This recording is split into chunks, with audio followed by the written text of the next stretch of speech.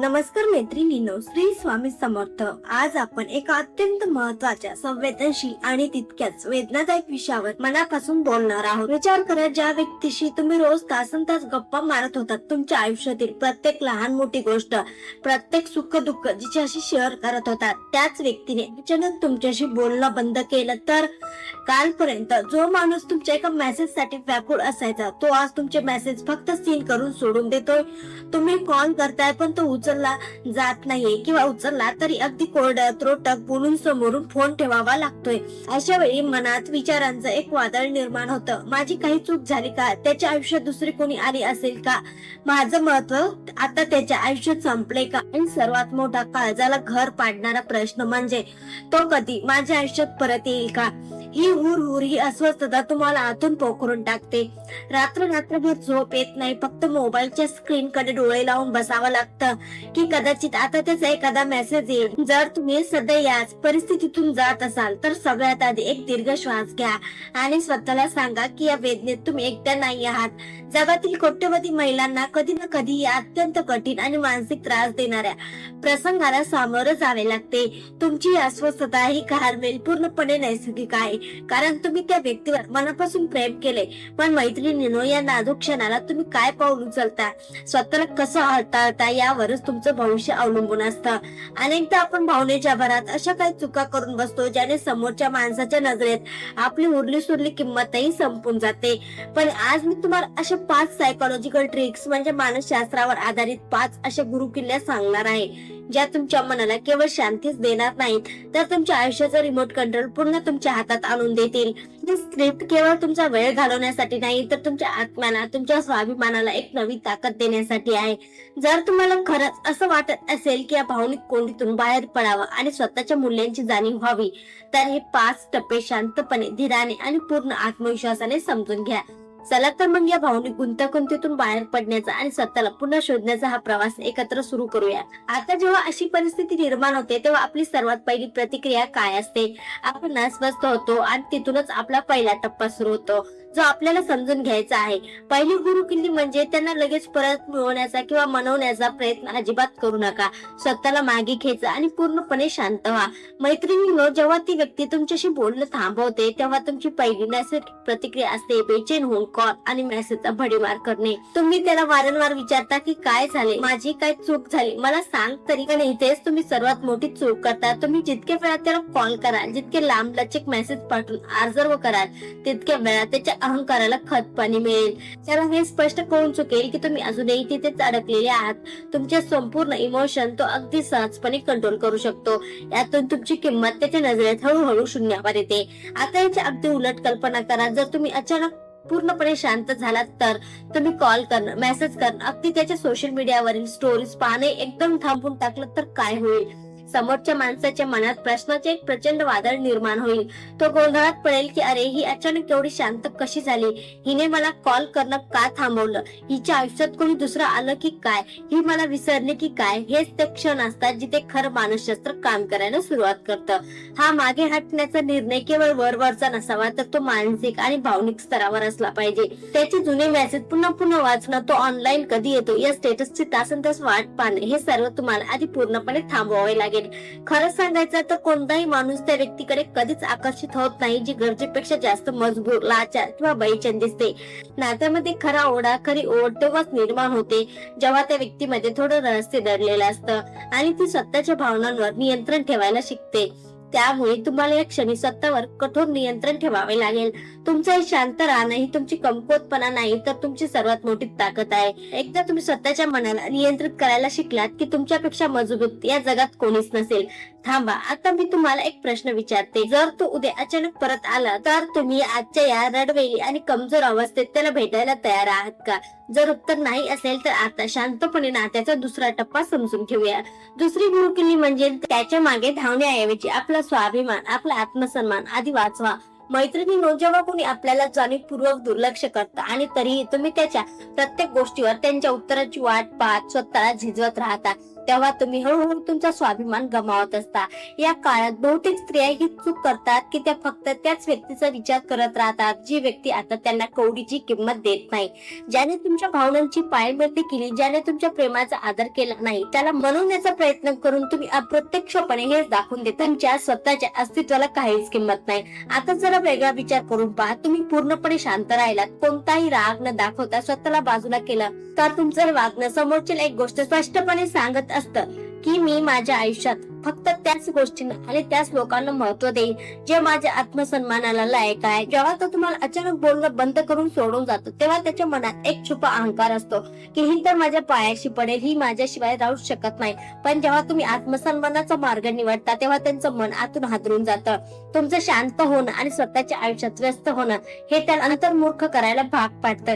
एक सत्य नेहमी लक्षात ठेवा, जर तुम्ही आज लाचार होऊन त्याच्या मागे धावलात आणि तो समजा परत आलाय तरी तो तुम्हाला तो आदर कधीच देणार नाही जो तुम्हाला मिळायला हवा. सर्वात मोठा सायकोलॉजिकल परिणाम तेव्हा होतो जेव्हा तो तुम्हाला कुठेतरी मनापासून हसताना, स्वतःच्या कामात आनंदाने व्यस्त असताना पाहतो आणि तुम्हाला बघूनही तुमच्या चेहऱ्यावर कोणतीही अस्वस्थता दिसत नाही. स्वतःला खरंच इतकं मजबूत बनवा की कोणाच्याही जाण्याने तुम्ही आतून तुटणार नाही, तर उलट अधिक प्रगल्भ आणि सुंदर दिसाल. तुमचा स्वाभिमान हा जगातल्या कोणत्याही प्रेमापेक्षा खूप जास्त महत्वाचा आहे.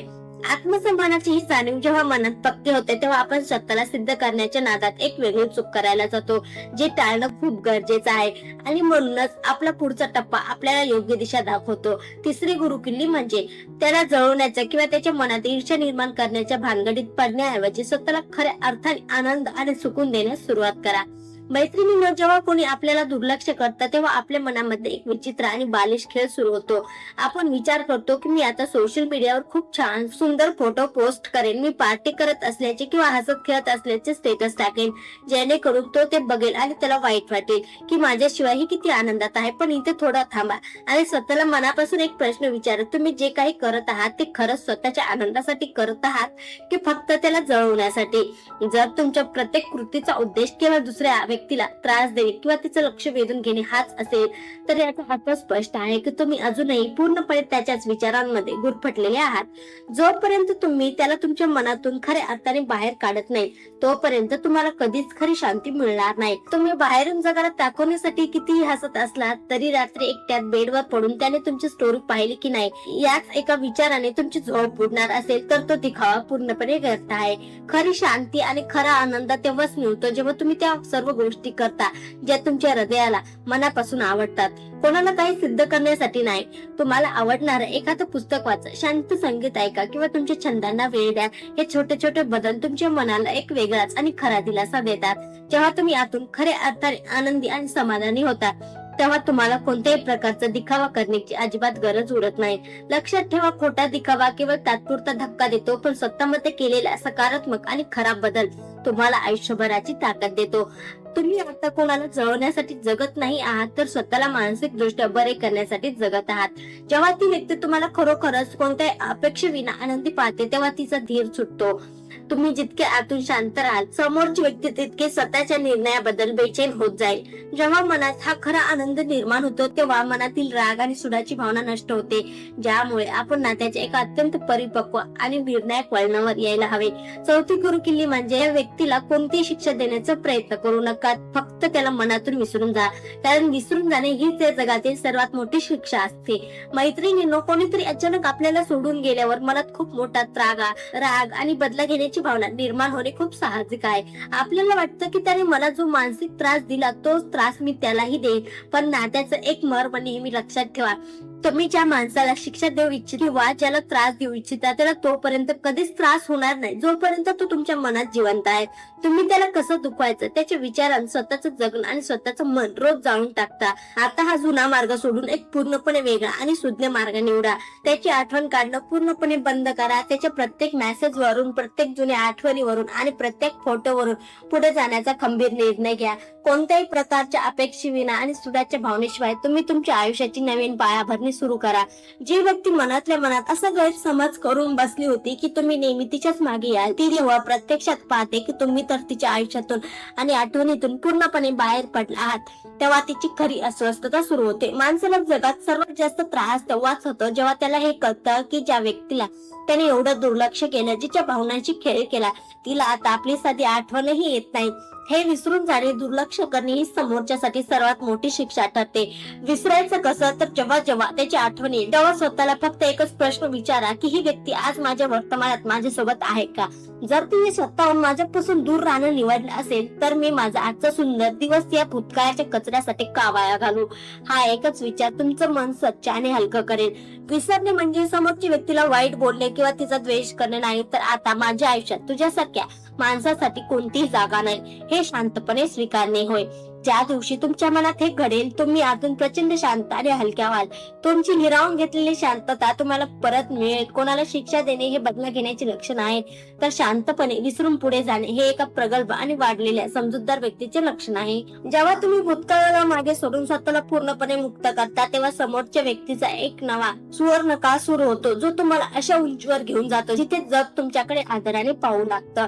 पाचवी आणि सर्वात महत्वाची गुरुकिल्ली म्हणजे स्वतःला असे बनवा की तो तुम्हाला नाही तर तुमच्यासारख्या स्वभावाला आणि विचारांना शोधत संपूर्ण जग फिरेल. जगातील लोक कधीही केवळ एका शरीराला किंवा चेहऱ्याला मिस करत नाही, तर ते त्या व्यक्तीशी जोडलेल्या निखळ भावनांना, त्या अनुभवांना जास्त मिस करतात. जर ती व्यक्ती आज तुम्हाला सोडून गेली असेल तर काही दिवसांनी जेव्हा तिचा अहंकार शांत होईल, तेव्हा ती तुमच्याशी बोलण्याची ती गोड पद्धत, कठीण काळात तुम्ही दिलेली ती खंबीर साथ, तुमची प्रामाणिक विचारसरणी आणि तुमचा तो निस्वार्थी आपुलकीचा दृष्टिकोन नक्कीच मिस करेल. आता इथे एक गोष्ट खूप महत्वाची आहे, तो पश्चाताप करेल की नाही हे पूर्णपणे आपल्या हातात नसतं आणि आपण त्याचा विचारही करायचा नाही. पण तुम्ही स्वतःला सायकोलॉजिकली आणि मानसिक दृष्ट्या इतकं सक्षम बनवाल की तो परत आला किंवा नाही आला तरी तुमचं आयुष्य कुठेच थांबणार नाही. तुम्हाला स्वतःला अशा स्तरावर घेऊन जायचे आहे जिथे ते तुमचा स्वभाव हिऱ्यासारखा चमकदार आणि मजबूत दिसेल. तुमचे विचार इतरांपेक्षा खूप वेगळे, परिपक्व आणि उत्तम असले पाहिजेत.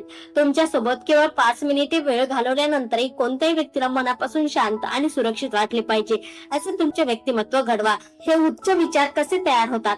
तर जेव्हा तुम्ही अत्यंत रागात असतानाही कोणाचाही अपमान करत नाही, स्वतः दुःखात असतानाही दुसऱ्याच्या चेहऱ्यावर हसू आणण्याचा प्रयत्न करता, स्वतः आतून तुटलेले असतानाही दुसऱ्याला प्रेमाने सांभाळून घेता, आणि जेव्हा तुम्ही स्वतःच्या आत्मसन्मानाची किंमत समजून कोणालाही कमी न लेखता स्वतःला रोज सुधारण्याचा प्रयत्न करता, तेव्हा तुमचे विचार मोठे होतात. जर तुम्ही अशी व्यक्ती बनलात जी विचारांच्या खोलीवर लोकांच्या मनाशी जोडली जाते, जी प्रत्येकाच्या आयुष्यात एक वेगळी ओळख सोडून जाते, तर समोरच्या व्यक्तीला नक्कीच स्वतःच्या निर्णयाची जाणीव होईल.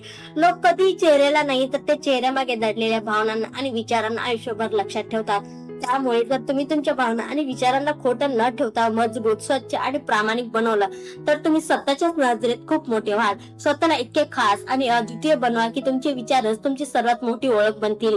आणि मग विचार करा, अशा स्थितीत तुम्हाला कोणाच्याही येण्या जाण्याने काहीच फरक पडणार नाही.